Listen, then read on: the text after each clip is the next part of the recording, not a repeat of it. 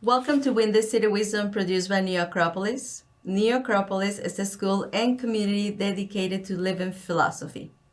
Philosophy that is connected to life. My name is Yadira, a student volunteer, and with me here is Gilad Sommer, director and teacher at the New Acropolis School in Chicago. Thank you for joining us today. Gilad, welcome. Thank you, Yadira. Glad to be here, as always. And today we're going to talk about something that feels very American. Mm-hmm. It is really in our founding documents, the pursuit of happiness. Mm-hmm. And so I want to start right there with that phrase, pursuit of happiness. Mm-hmm. It's one of our three rights named in the Constitution. So it is life, liberty, and the pursuit of happiness. And it's why happiness? What did that make the cut?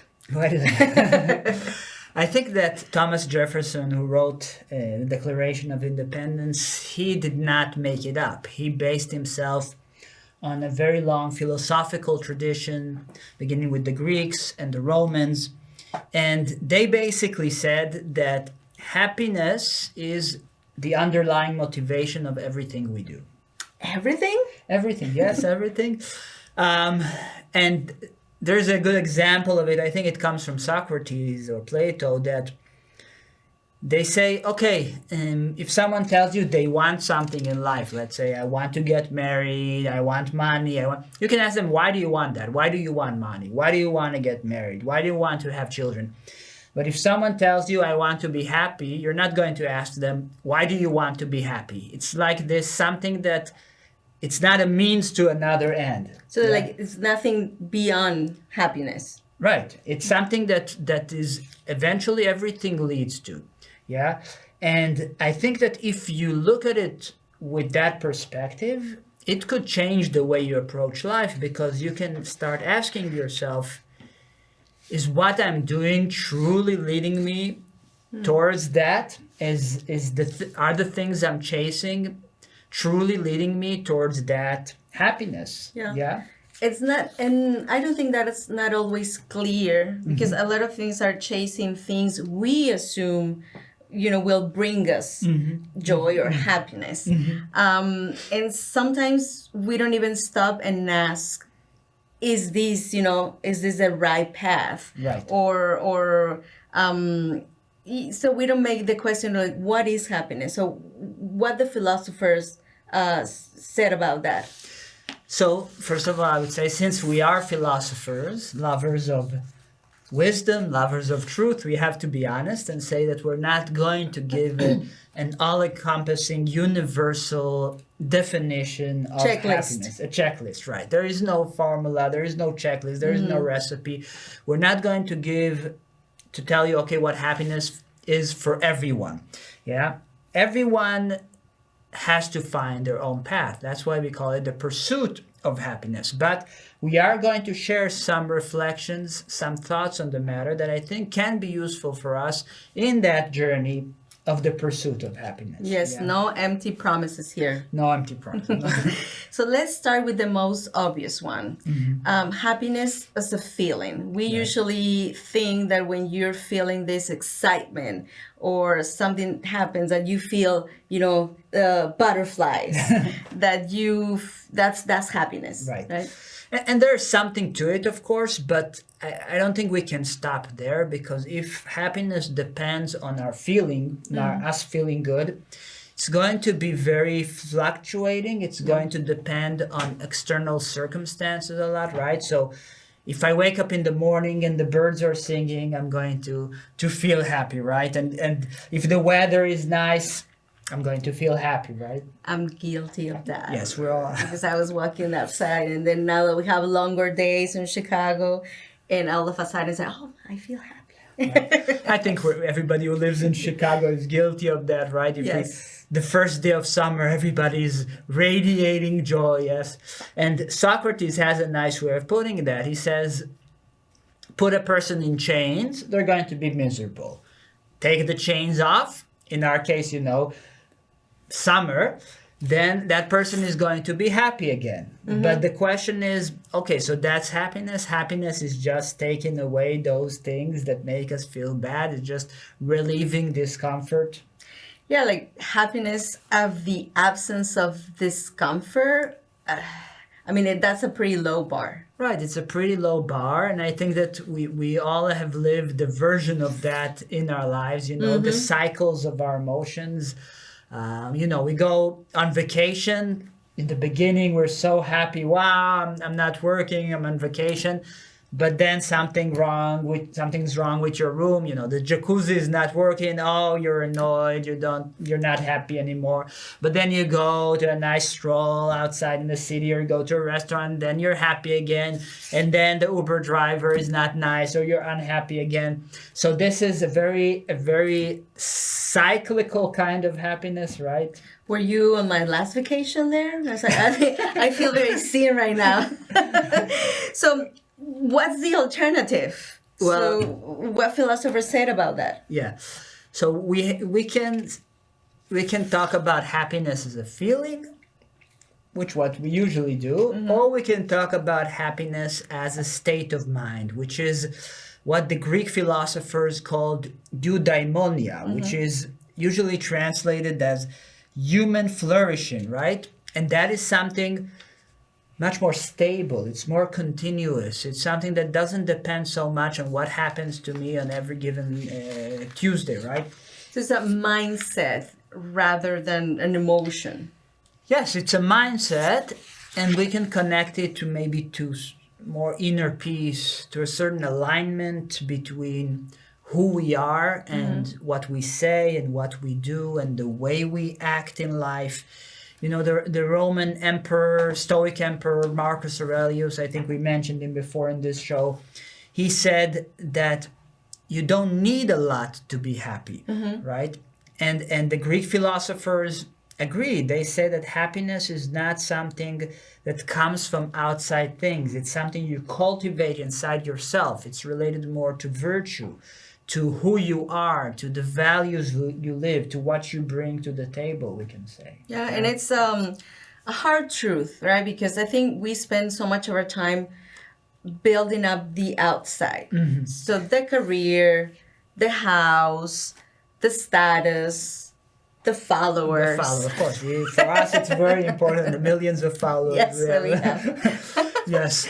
I think that's a big misunderstanding that philosophers are trying to correct, because if you are looking for something and you're going towards it, but you're going in the wrong direction, there is a chance that instead of actually bringing you closer to that thing you're looking for, it's actually going to bring you farther away. So if we're looking for happiness, pursuing happiness, but we're pursuing it in the wrong direction, there's a chance that our pursuit of happiness is actually going to take us farther away from happiness, right? Yes. All those things have value, the things that we mentioned, but they don't bring us happiness in themselves. Yeah. So let's talk about some specific paths. Wealth probably is the most common one. This idea that if I had enough money, I'd be happy. Right. And there is something to that. There are studies that show that money helps. That money helps, exactly, to a certain degree. Yes. But this idea that more money, more happiness, that doesn't work. That doesn't work. And we can see it, right? You look at the celebrities, you look at rich people. First of all, they have a lot of problems, and it's clear that they don't have this inner peace, because especially those ultra wealthy people who keep on, just reach out for more. Yeah, how many planes do you need, right? Right. It doesn't satisfy them. It means something is missing, right? And what does that behavior tell you? Like I said, I think something is missing. There's a hole there that you're trying to fill in, and you think, okay, if I just have more, but you're trying to fill a certain hole with something that doesn't fit that hole. And sometimes, these people also are doing some unethical things. And I truly believe that if someone is content, if someone is happy, they're not going to be in a hurry to do something unethical. Yes. Yeah. There is another path, the status. Right. That feeling of being better than others, because it's a very human thing that we get a little lift from feeling superior in some way. Yes. Yeah, it's very natural, right? We always compare ourselves to other people. But again, if we're trying to put our happiness there, we're going to go in the wrong direction, because always there's going to be someone better than us. Yes. Always there's going to be, we can win in a game, or we can win in sports, or we can succeed in something. That's going to be limited. After that, someone else is going to come in and they're going to defeat us, they're going to overcome, they're going to be better than us. And I think none of us is like going to be the best, except, unless we're Michael Jordan. But even then, Michael Jordan, he was the best in basketball, but then tried his hand. I don't remember if it was golf or baseball, and he realized, okay, maybe I'm the best in basketball, but I'm not the best, the best in everything. There are things that I'm also not as good, right? So that's even he had to learn that lesson, Yes. very, very publicly. Yes. He had to learn it. And then you mentioned about also, we were talking about the Malcolm Gladwell episode where the Olympics medalists, that you think these people are the happier. Book, the Malcolm Gladwell, you told me about that book. I didn't read it, but you told me that people who get second place in the Olympics are actually more miserable than people who get third place. Yes. You mentioned something about that, right? Yeah, because it's an interesting thing that you might think that all the the ones that are on with medal, they are happier. The similar levels of happiness are the same, but no. So the first and the third, they are. In fact, the third one is the happier one, because for this little, he couldn't get a medal, but the second place, he or she is thinking, I could have been in the first almost league. there, close, but no cigar. Yes. And it's interesting. So let me ask you something really important, because I hear this a lot. I'll be happy when I get the right job. I'll be happy when I find a significant other. So if external things could bring us happiness. Right. So we're getting back to the same idea that happiness is somewhere out there. We just need to look and find it. Maybe it's that person, maybe it's that job. But, it doesn't matter what happens to you in life. Eventually, you get back to your normal life, right? Even if you win the lottery, okay, there's, wow, excitement. But a day later, you go back to your problems. You have to pay taxes. You have to find a house. You have to, chase away all the people who are now trying to get a piece of the winning. So you're going to go back to life with its ups and downs. And if you're looking for happiness in the specific event, in the specific job, you're going to be disappointed. Actually, there's a good movie by Pixar called Soul, which actually showed this very well. I'm not going to spoil the movie. I'll just say that it's about this music teacher, this guy who always dreamed about being part of a professional jazz band, and at some point he's able to get to that point and he's accepted to the jazz band and he has this performance of his lifetime, but then something happens. Let's see. Let's watch the clip.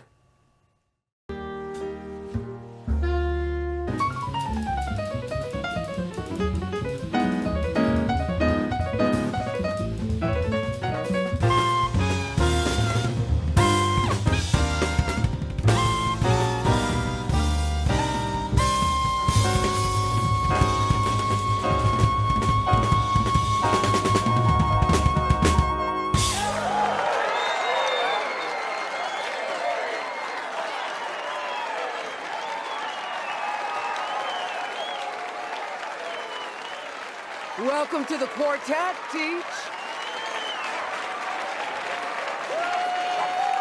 That's my Joey.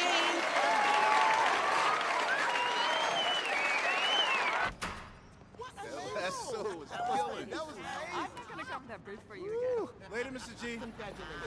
You did great. I'm so proud of you, Joey. Gotta get to bed. We old. play 100 shows and one of them is killer. You don't get many like tonight. Yeah.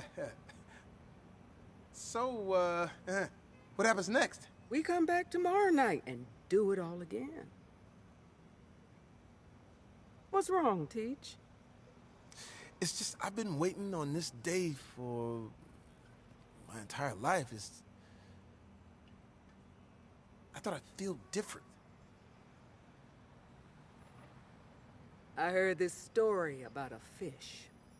He swims up to this older fish and says, I'm trying to find this thing they call the ocean. The ocean, says the older fish, that's what you're in right now. This, says the young fish, this is water. What I want is the ocean. See you tomorrow.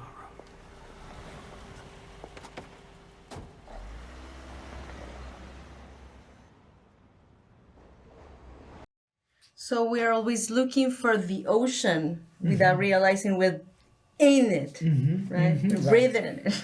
And that's one of our central insights here, right? A job, a relationship, even if it's, looks very good from the outside, it's not going to bring us happiness. Nothing external is going to give us happiness. I would say even in some degree, it's more correct to say that we are going to bring happiness into our job, into our relationship. We are going to bring ourselves into these things, right? So it's not what you have, it's what you are when you have these things.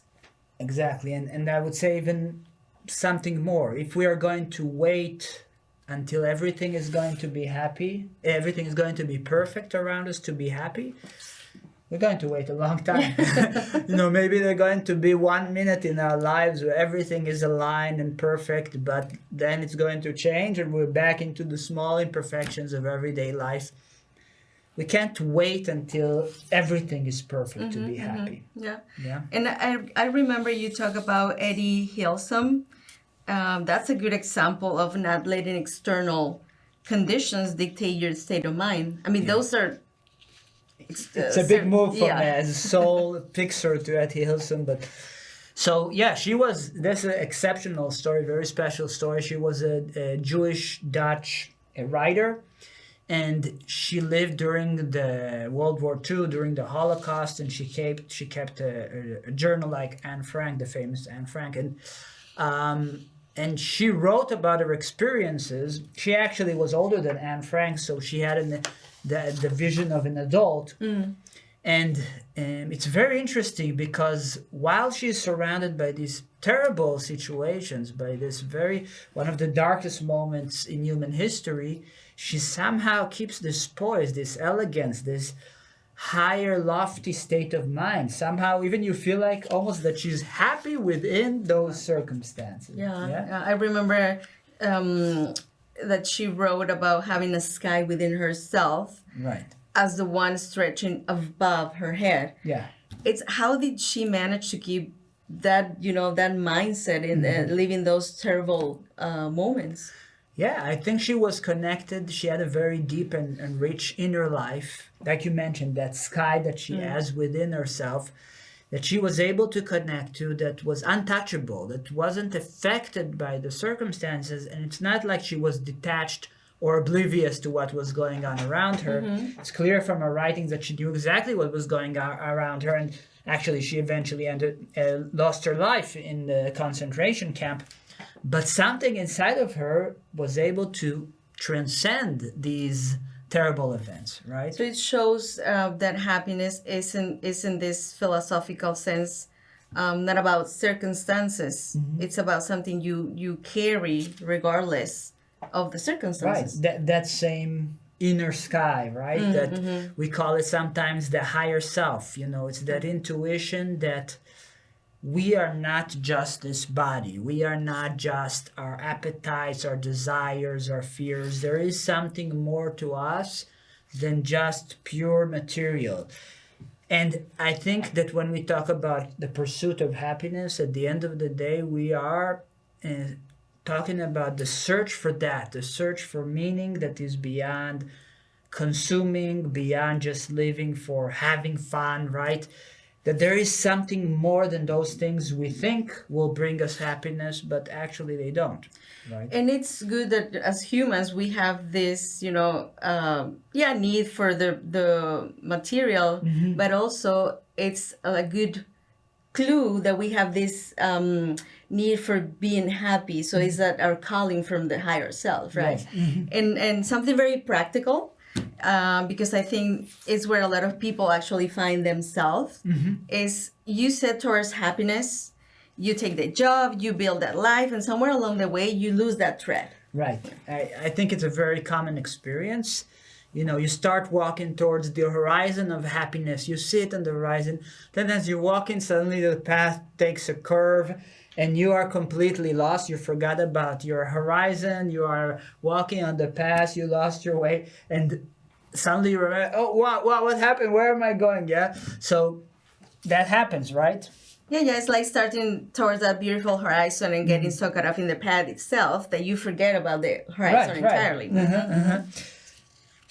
And we keep on walking even though we know we lost the way. Yeah, we stay in the job, in the relationship. We give ourselves excuses. We give ourselves justifications, but we don't go back to the path that we meant to go in the beginning. And do you think it's that a failure? I would say failure is a strong word. I would say it's a mistake, but it's also okay because we're human beings. It's part of our journey to realize, oh wow, I lost my way, and now I need to reorientate myself to navigate. Like the GPS says, navigating again, re-navigating, finding the path again, and that's completely natural. We're not here to judge anyone. So it's not a verdict; it's an invitation. And let's not forget about we might experience pressure that comes from people closest to us, the family, the loved ones, who have their own ideas about what happiness is. Right. I think that happens often, that parents who want the best for their children assume that what's the best for them is also what's the best for their children, and they try to push them towards that direction. But again, we go back to that quote from the Bhagavad Gita that we mentioned, that it's better to follow your own swadharma, personal vocation, imperfectly, than to follow someone else's with apparent perfection. Yeah. Yeah. So it's like the neighbor's grass is always greener, right? Yes. Sort of thing. Well, in my case, mine is greener.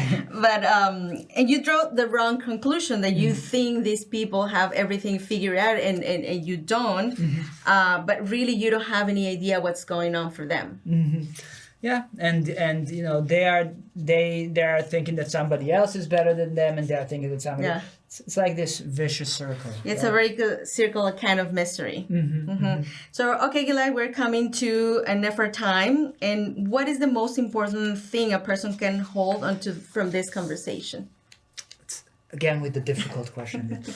I think the most important thing is that happiness is not really something. It's something you go towards. It's not something that you have or something or a destination.